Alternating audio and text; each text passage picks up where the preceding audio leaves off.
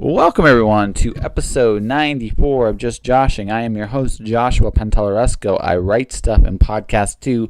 Today, my guest is one of the most incredible comic book illustrators in the business today. Riley Rossmo is someone I've known before really breaking into the industry. He actually got me back into comics. I've said this story before a few times. When I came to Calgary, I had just lived in Windsor, Ontario. And Windsor, Ontario, at the time, the comic scene was really terrible, and they weren't very good with delivering books. And suffice it to say, I was near the end of my rope with the hobby. And this guy I knew that was just doodling would recommend books to me. And I slowly but surely, he pulled me back into the hobby. And he's been, doing a heck of a job with Proof, The Green Mile, Drumheller. And now, he's drawing Batman for DC and Dynamite Books with the Batman Shadow crossover, which I think is incredible. I have a friend that does Batman. How amazing is that, So yeah, he's coming up. Beyond that, I am down within striking range of the 100th episode of Just Joshing, which will be taking place live at Owl's Nest Books, May 24th, 7 p.m. I have one more guest to announce. I'm going to wait until next episode to announce it, but Robert Bose and Axel Hallerton will be there, and we'll be talking all kinds of wonderful things. I will be doing readings from my forthcoming projects, some of them for the first time ever. I haven't figured out what to do for prizes or anything like that. I don't know if I'm going to do prizes or anything like that. I'm still kind of putting all together some smaller pieces of this, but I'm really excited and looking forward to it. But I promise you, for the next little bit, some amazing guests coming up. I can't wait to tell you who next week's guest is. It's awesome. But in the meantime, let's get to this conversation after these messages. Looking for my archived episodes of Just Joshing? You can do so on my YouTube channel, Joshua Pentalaresco. JOSHUAPANTALLERESCO. There you will find past episodes with guests like Susie Vidori, Ron Bender, Ella Beaumont, Colette Turner, Chadwick Ginther, and more. Check out my YouTube channel right now. Done. I deal with a whole bunch of them, and I'm seeing how they're doing things, and some like Adam Drees are doing really, really well, and some aren't doing so well, depending on how you do it. One guy had a really ambitious plan. He writes like a machine. Like he's released 2 novels. His plan was by this time already this year to have 4 novels out, like literally a novel a month. But are they good? No, he's actually a decent writer. It's just one of those things where I think that their machine plan and the reality is like, you ambitious bastard, good luck, and but it's just one of those things where you learn what they're learning, what they can and can't do. So I'm going to see all this. I'm going to see all this stuff now, and what I've learned is, doing the publicist stuff last year taught me the importance of finding your niches. Like the biggest thing now today is whatever you're doing, whatever that may be. There's a niche for it. There really is. It's just the real challenge today is because everything's so scattered now. It's not like before where people only went to this place to buy these books or this. No, they're everywhere now. It's reaching out to those people and finding them, and that's the real challenge, right? Like I could do a steampunk romance, vampire, apocalypse, whatever, and there is somebody that wants that book, but you have to find them. But yeah, that's the challenge. And it also, I think that waters down everyone's markets. Mm-hmm. Like living in like a postmodern or whatever's after postmodern, because there's no real mainstream to push against. No. And it's kind of hard to make like I feel like before you could be, your mainstream culture or your counterculture, and there's not a dichotomy anymore, right? No, it's all blur. It's a blur, and what's happening now too more than anything else is it's scattering even more and more and more every day, and it's like, so it's almost like what's happening now is it's almost like the publishing industry is like cells dividing constantly now, and it's just going off in whatever directions they may be going, and you're like, what, where, who, how, why, and you don't know. Like now, like anybody can produce a book, and that's a good and bad thing. There's no gatekeepers, but I feel like the gatekeepers are also a quality control. Yeah. Oh, absolutely. No, absolutely. It's a catch-22 because what happened was the gatekeepers kind of did it to themselves. They made it really hard for people to access them, and when they did that, well, people started. Well, again, you create that desire to publish or to move things still is going to get out there, and not everything they were turning away was like bad quality. There's a lot of good quality stuff that got missed. Now it's like, you don't want to do something? Okay, fine. I'm going to do my own thing, and. But they're still getting eyes on it. That's the problem. Yeah, absolutely. No, and that's like I said. The biggest thing I learned last year was niche. Everybody's got their own niches. Everybody's got their own, like you do. Like right now, you're doing Batman, which, by the way, is a weird thing for me to say when I think about you. Is like my friend draws Batman. I mean, that's a really, really cool thing. But there's definitely a niche. Well, Batman maybe transcends all niches. Yeah, I mean. Yeah, I mean, he's Batman. Yeah, maybe not Batman. Maybe, but the idea of the superhero genre itself, there's a niche. It's a very established one at this point. So I mean, there's always people that cater to that. I mean, and it's, you know what's weird about it to me is that like in the past 10 years, how, like again with the culture counterculture thing, like that dichotomy did like disintegrating. Like it's okay to be into superheroes for like everyone. Like that's real weird to me. Yeah, no. You know what I mean? Like Yeah. it's not a geeky thing or like a nerdy thing to be like, oh, Well, I like Moon Knight or Iron Fist. Like, Yeah. how is Iron Fist a thing? Like that's real weird to me. Yeah, I know. Well, yeah. I mean, it goes to show you that good ideas are good ideas. It just sometimes it just takes the right opportunity, I guess, for them to show up. But it's like Sometimes though I feel a little bit like my everyone knows my secret and I don't care now. Like not my secret, but like I had a treasure. Yeah. That was my treasure.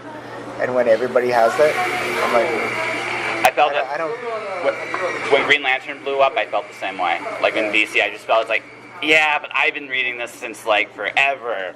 Like, But why? Like why? It shouldn't be a thing. Like why? Yeah. Like I don't want to feel like that. yeah.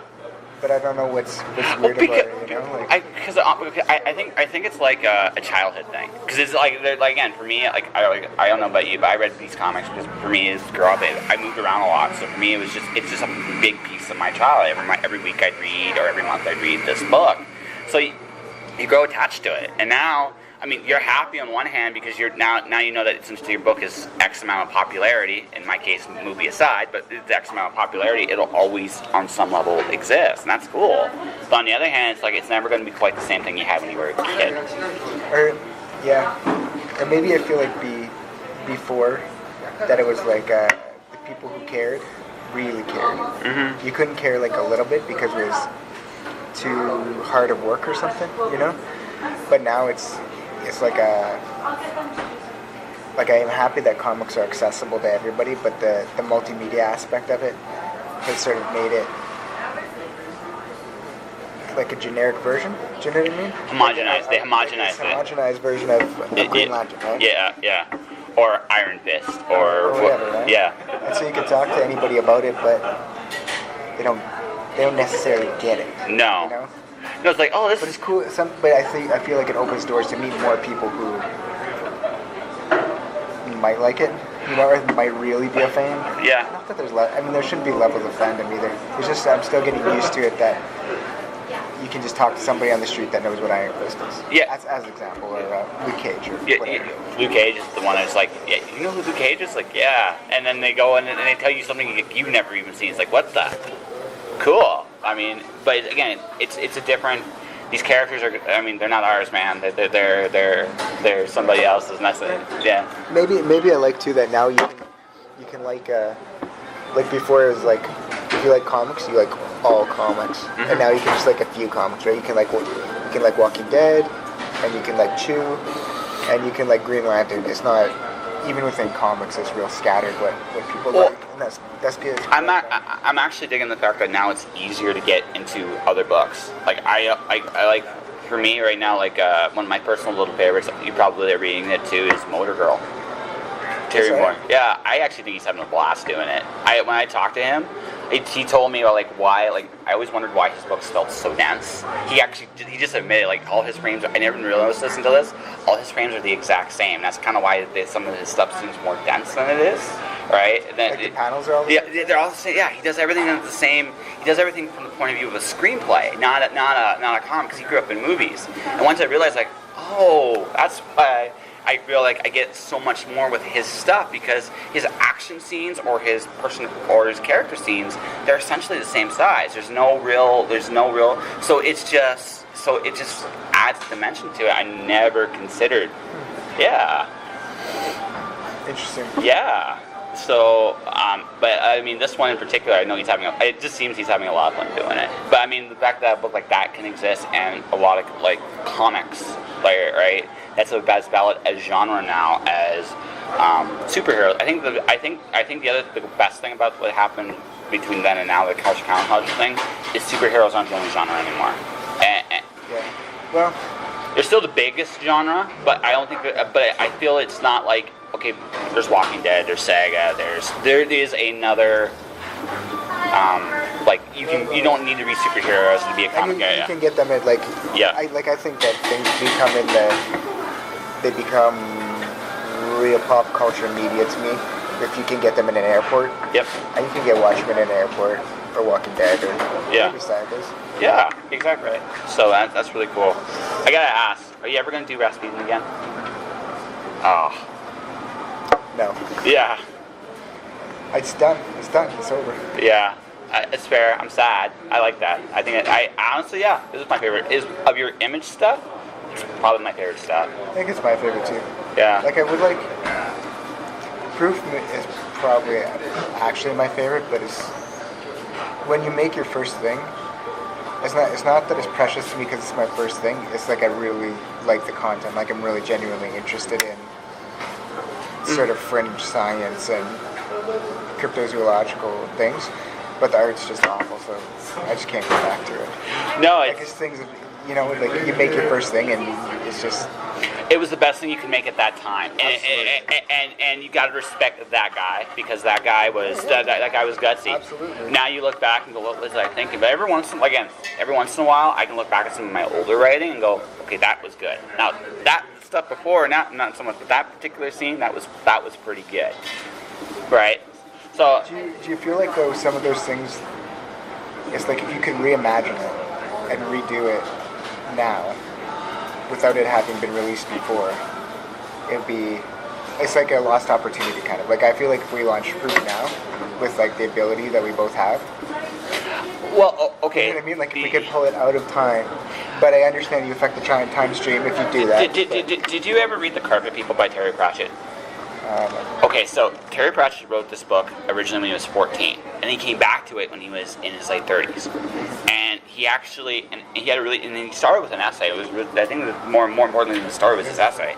He goes, when I did this project, I was very conscious of the fact that it wasn't just me doing this. It was 14-year-old me. Right. And 14-year-old me was brave. It's not the story I would have done myself today, but the fact of the matter is 14-year-old me was brave, and he went and he was bold and he took these chances. And I feel, in your case with Proof, it taught you a lot about how you are as a creator today. Yeah, absolutely. But also, you and Alex both, that was both, in one sense, that was you and him at your absolute oldest. You didn't know what you guys were doing. And I think doing it now, it wouldn't be the same. And it might, in terms of maybe the content, it might be better. I'm not so sure about the spirit. Yeah, I agree. Yeah. I agree. Yeah. But still, that's the one that I don't know how, like, you can't reclaim it. You're right, you can't, there's no way to reclaim it today. Yeah, no, that's the challenge, right? I mean, it was terribly ambitious. Like, the world was so big and everything. But Rasputin's, like, I really like Rasputin, but it's kind of small. Like, it's not small, but it's kind of small, you know? I think you've gotten better as an artist is your characters' personalities come out a lot more on the page now than they did before. I think partly because you're older and you have a better sense of who you are. Like, I'm going with just my writing, right? I hit a point where there's a cerebral, like, you know, the techniques, you understand, like, thing, but there's that point where you really, really, you cross that line and you really put yourself in your work. And when you do that, your work's better, right? Even though it might be a smaller scale in terms of maybe the scope of the world or the scope of the idea, but it's a more personal thing you can relate to. Like, like my current book, like I'm working on right now, I'm writing about, you know, being unhappy with your life and the choices you're making. And again, there's a personal spot in that. I talk about, you know, being in love, because again, I know what that feels like now, where a younger me did not know what that felt like at all. And these are experiences that I convey on the page, and it adds a personality that just wasn't there, right? And I think as we get older and we get more experiences, I think the trade-off is we lose some of that big scope, but I think what we get is we get more of a personal, we are able to put more of ourselves into our work because we're more comfortable with who we are. Yeah, maybe. I feel like I'm using like a better tool now, more than, like, I don't feel so trapped by my lack of ability. Like, I feel like before it would be like trying to shoot something at like 200 yards with a shotgun, and some of it's gonna get it, but you're gonna miss a lot, you know. And now it's more like a sniper rifle, or like, maybe that's a weird analogy. No, it makes sense. Like, it makes sense. Or like trying to draw with like a toothbrush instead of a pencil, you know. That's the difference. And like all the characters are better actors now. Like, yes. But I think it's mostly a limit of like an ability problem. Yeah. Me, anyway. Yeah. I mean, and some of that's knowing myself, but maybe knowing myself and not hiding. Yeah. Behind being like, oh well, it's like this because I just draw crazy. Now I'm like, well, I don't draw conventionally, but I'm not hiding behind the illusion that it's a bad drawing because. Well, no, you know what I mean? Like, yeah. I'm like, well, it's expressive because. But see, I always knew this about your style in particular. It stood out because it was different, and it wasn't the same cookie cutter stuff. And I was thinking, I always thought this about you. It might take a certain amount of time for people to realize what they had with you, but when they realize it, you're going to be head and shoulders. Now, I wouldn't say necessarily head and shoulders, but you'd be with the pack. You'd stand out and you'd create your own following, and you'd stay popular because no one does what you do. And that's actually a really, really, I think that's an awesome thing about you. I think that's anybody who, whether it's like writing or music or art, if you do something that's not easy to digest, or cooking, if you do something that's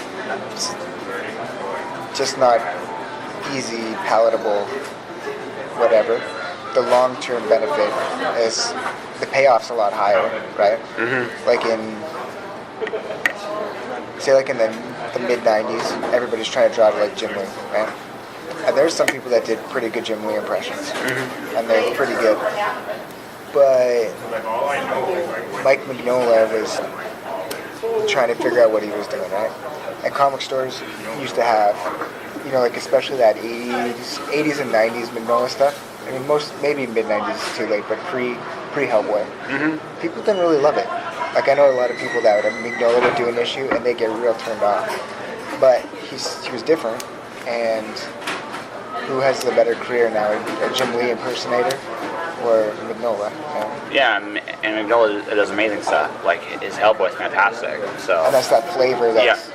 But it's harder up front. Like, it's harder because up front, like, people just don't get what you're doing, right? Or like Paul Pope or... Paul Chadwick's another one, maybe. Yeah, Chadwick. Matt Wagner. Yeah. Matt Wagner's not the best technician, but he's a great storyteller. Yeah. And he stuck with it, and he just kept doing what he does. Or like Sam Keith. Like, Sam Keith's stuff has not been palatable right from the beginning for everyone. But people go out of their, or Ted McKee, but they go out of their way, even years after the fact, if they don't really produce much anymore, they can still make a living on commissions just because just because they stand out, right? Yeah. I think that's a big point. Is again, figure out your voice as an artist or a writer. It doesn't really matter. Like there's some of the same challenges are still there. Yeah. And it's not to say that you can't start palatable and get exceptional, right? Like Art Adams was good and then just better. Yeah, no, so true. Yeah, I mean Jim Lee too, but. Well, no, it's the way it goes, right? Everybody grows. I mean, I can see Magnola's influence on your stuff. I mean, that's someone you gravitate toward. But I mean, walking at you at Magnola now, there's definitely a Riley Rossmo, and there's definitely a Mike Magnola.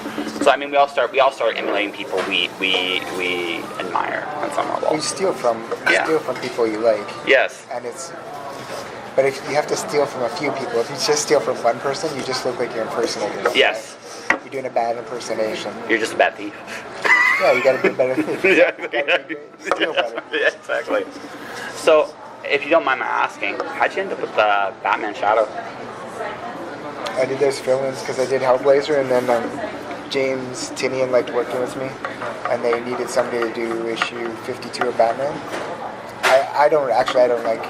This is what I suspect. Nobody's actually told me this is how it went, but James was writing the issue, and they needed somebody to draw it, and he liked my stuff, and I think just the Batman office said, let's give it a try, and they're happy.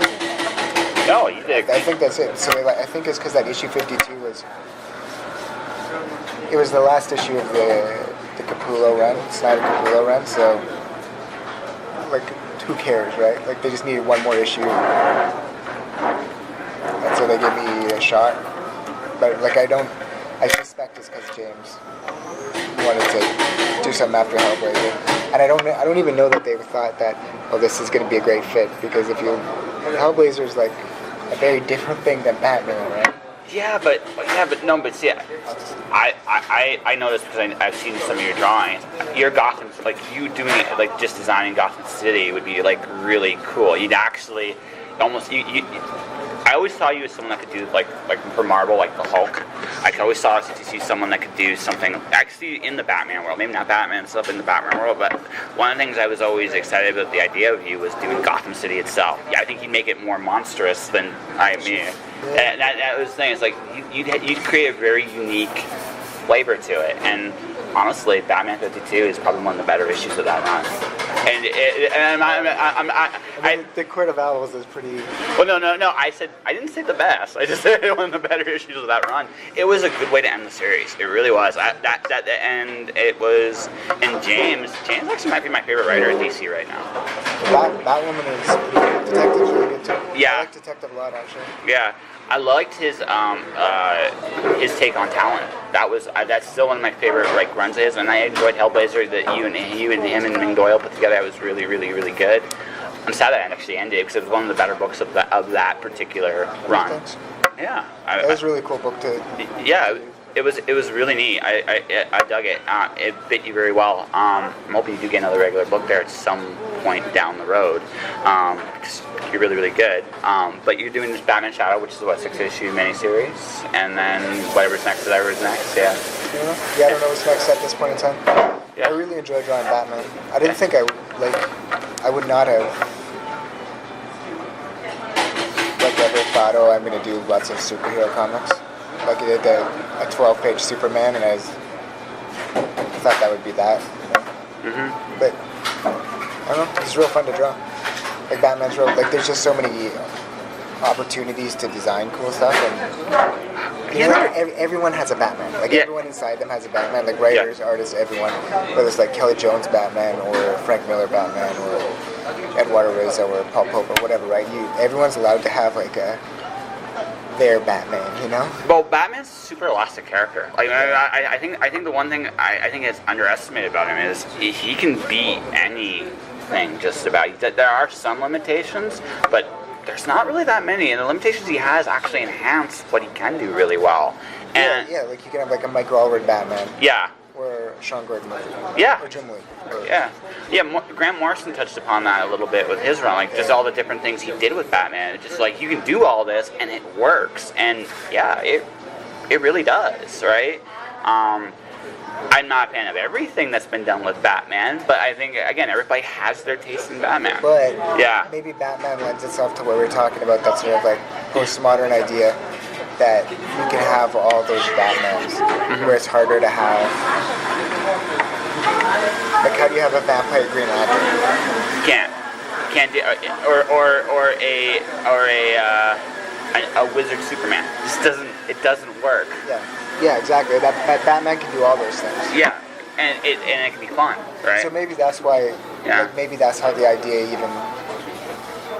Like, maybe how that's even how the idea how you could get from Hellblazer to Batman is that just because he's that elastic. Yeah. That you can be like, well, this guy can do this. It's allowed. Like, you can maybe from an editorial perspective, you can say, well, this is possible. Yeah. Whereas it wouldn't be with Superman. No, because Batman's only got two limitations. He's got to be mortal. At least you make him. He's got ish. He has to have he has to be a human being most of the time. We'll say most of the time, and he can't kill. That's pretty much that's. His parents are dead-ish. Dead. Yeah, exactly. There's little issues in Batman, but by and large, I mean, that's it. I mean, he has a tragic past. People can. That's the humanity where a lot of this humanity comes from. He's mostly mortal. I mean, he can be alive. He can cheat. He can beat Superman. But it can't just be he punches Superman out. It has to be some other. There has to be a roadmap to that. But beyond that, go nuts. Right. So. That's I can't really think of anything else. So. I think that is it. So if people want to find you, how would they do so online? It's Twitter mostly. They can try Facebook too. I guess I don't really have a huge online presence. No. Yeah. I always thought you'd be an Instagram guy for some reason if you were going to do anything social media. I don't have a phone. Fair enough. I would though. I should. I almost should just get a phone just for that purpose. Well, yeah, because so Instagram, I figured out like what I want to do with Instagram. It's just pictures, right? It's pictures.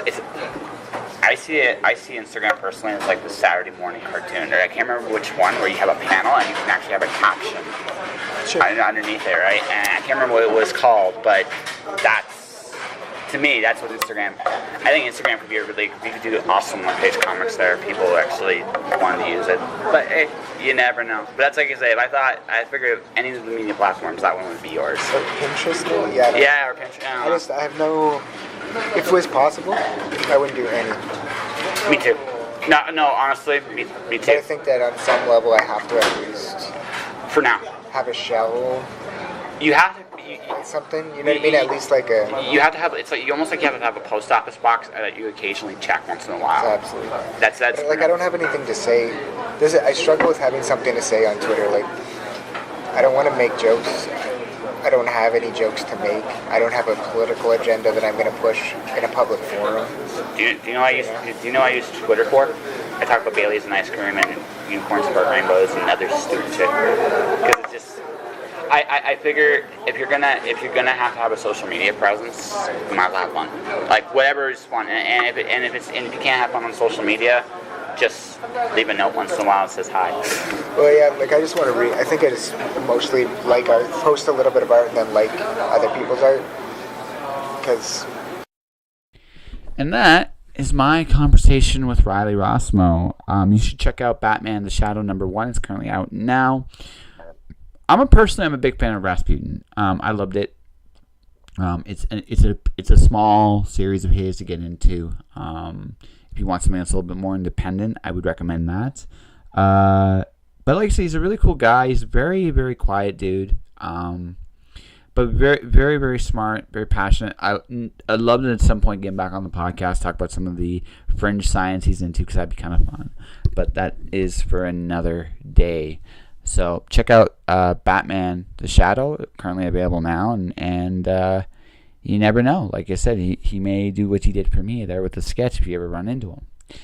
And that will do it for another episode of Just Joshing. I know it's short but sweet this week. I kind of like it. If you want to support the podcast, you can do so a number of different ways. You can go first with subscribing to the podcast. You can do so a couple ways. You can subscribe on Podomatic, or you can subscribe on iTunes. I am available there. You can buy merchandise, my books, for example. The Watcher and Storm Dancer are currently available at mirrorworldbooks.com. You can also pick them up on amazon.com.ca or any other place where electronic books are sold. You can check them out there. If you do, I would love a review if you got one. But if not, that's fine as well. You can subscribe to my YouTube channel, which is Joshua Pentelarosco. Just look up Just Josh, and if you there's some archived episodes there, as I already advertised. And that is it, really. Anything else you can do? Stay inspired out there. Do the things you're called to do. And above all else, stay true to yourself out there. All right. I'll talk to you next week. It's going to be good. Josh.